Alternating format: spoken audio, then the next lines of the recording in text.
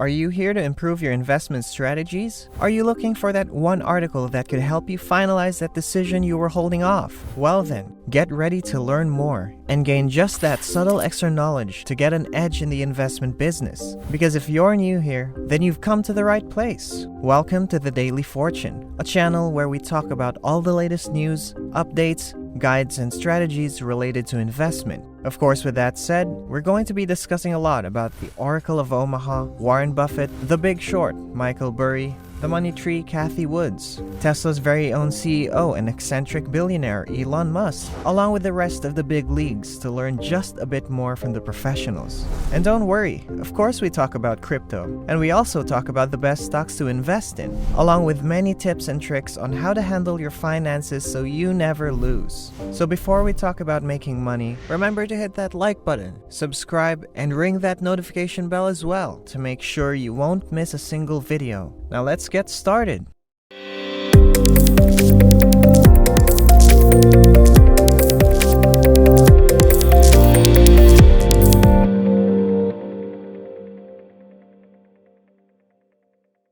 I'm sure you already know Meta, right? It's now become the world's largest and most successful social media firm. It's also one of the most profitable companies. Meta definitely puts a big mark on the world. In 2021, Meta had 3.59 billion monthly active users throughout all of the platforms, leading to a cash flow of 39 billion, which sets a new high. But little do you know that the ad sales accounted for the majority of their revenue. In November 6, 2007, Mark Zuckerberg, CEO of Meta, introduced Facebook advertisements to the public. It's a Facebook-based solution that connects business with clients via personalized target marketing. Here's the simplest explanation for that. Determine who your users are, what they like to do, and what they browse for the majority of their time, then place completely relevant ads from highly relevant advertisers directly in the center of their news feeds and profit tremendously. That's how it works. Meta's business benefited from this very effective data-driven approach to advertising. Other than traditional advertising channels like television, billboards, and etc., the company's significant income growth in 2010 was mostly due to a new approach in advertising.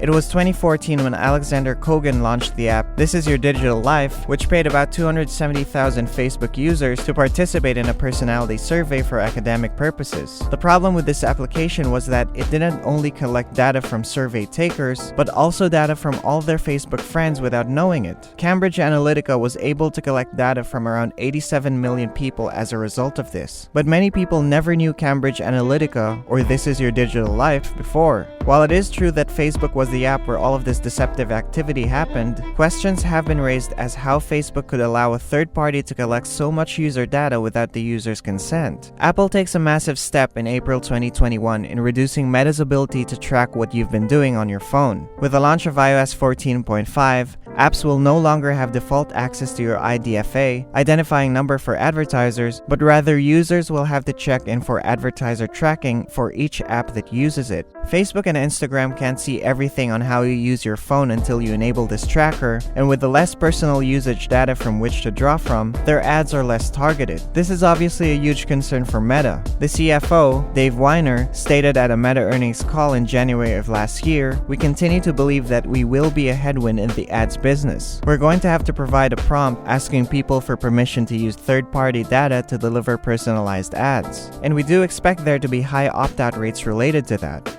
And it turns out that Dave's assumptions were exactly right. There is research by Flurry Analytics, and they found out that only 25% of customers authorized app tracking after seeing the prompts in the first 3 weeks after the update. This is clearly a serious issue, considering Apple had over 1.8 billion active devices at the start of the year, and Meta has already projected that this update will cost them $10 billion.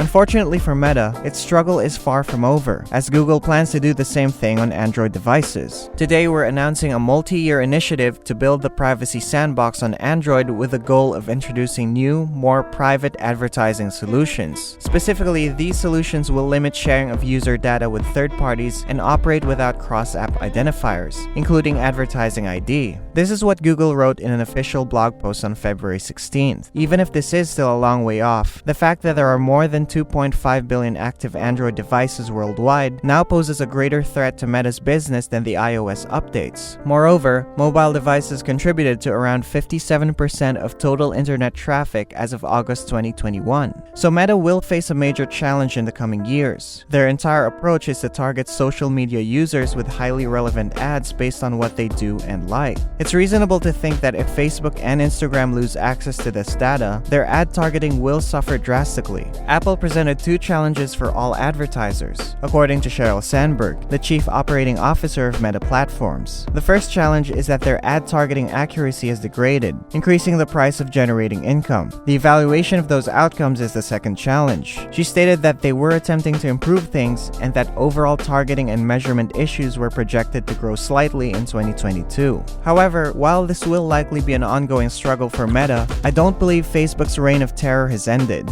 As previously stated, Meta is now working on two primary approaches to address these problems. The first is artificial intelligence, and here's what Mark Zuckerberg said about AI.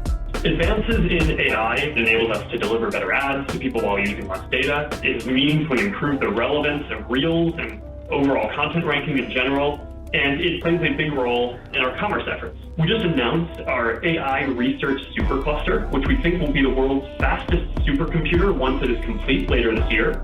And this is going to enable new AI models that can learn from trillions of examples and understand hundreds of languages, which will be key for the kinds of experiences that we're building. So the first step is to invest heavily in AI when faced with a reduction in available data. AI can improve the targeting process to provide better ads with less information. But because Mark hasn't gone into the specifics of how this might work, the results of these activities are still uncertain. Aside from AI, Meta, however, has a second larger strategy in place to reduce the impact of data limits on its business. And the strategy is to diversify the company's revenue source so that Meta will not be dependent on enormous earnings from advertising revenue, as we've seen with Meta's metaverse growth. Because this technology is still in its development, Meta invested $10 billion in AR, VR, and metaverse development in 2021, and it aims to invest significantly more in the next coming years. This is incredibly strategic since the most important lesson Meta has learned is the critical moat in the tech sector. It's the access of numerous app users through your proprietary device, not just the number of app users. By designing the devices and operating systems that people use to access the internet, Apple and Google are demonstrating their full strength on it. Meta has concluded that they must be at the forefront of hardware development in this sector, with the next generation of internet leaning towards some form of augmented or virtual reality experience. They're already doing it in three different ways. The first is that they already sell well-known virtual reality equipment. Oculus sold more virtual reality headsets than Microsoft Xboxes in 2021. The second is that Meta is working with companies like Ray-Ban to incorporate augmented reality technology into traditional eyewear.